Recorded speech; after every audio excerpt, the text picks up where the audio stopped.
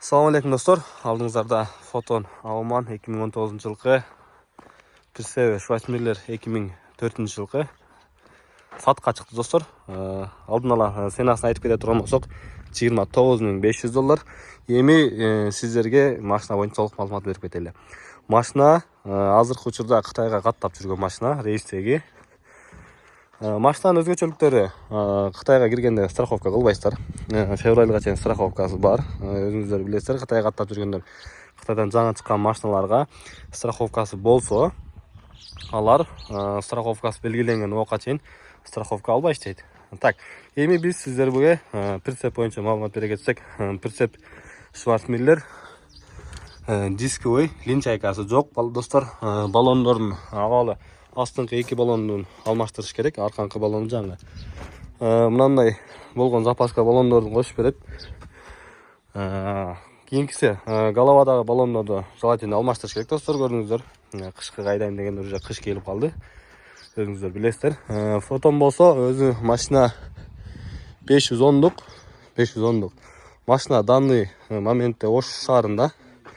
Любой время көрсөңүздөр болот. Бакты дагы чоң, кышыга даяр достор. Чоң кабинадан.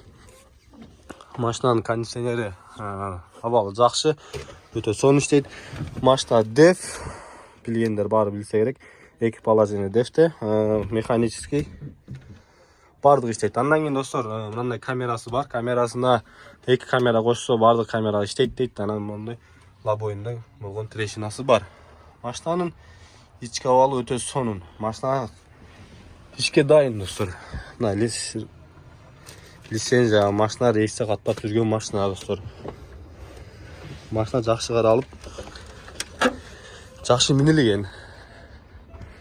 Так, айта кетчү нерселер достор. Прицепте линчайка жок экенин айттык.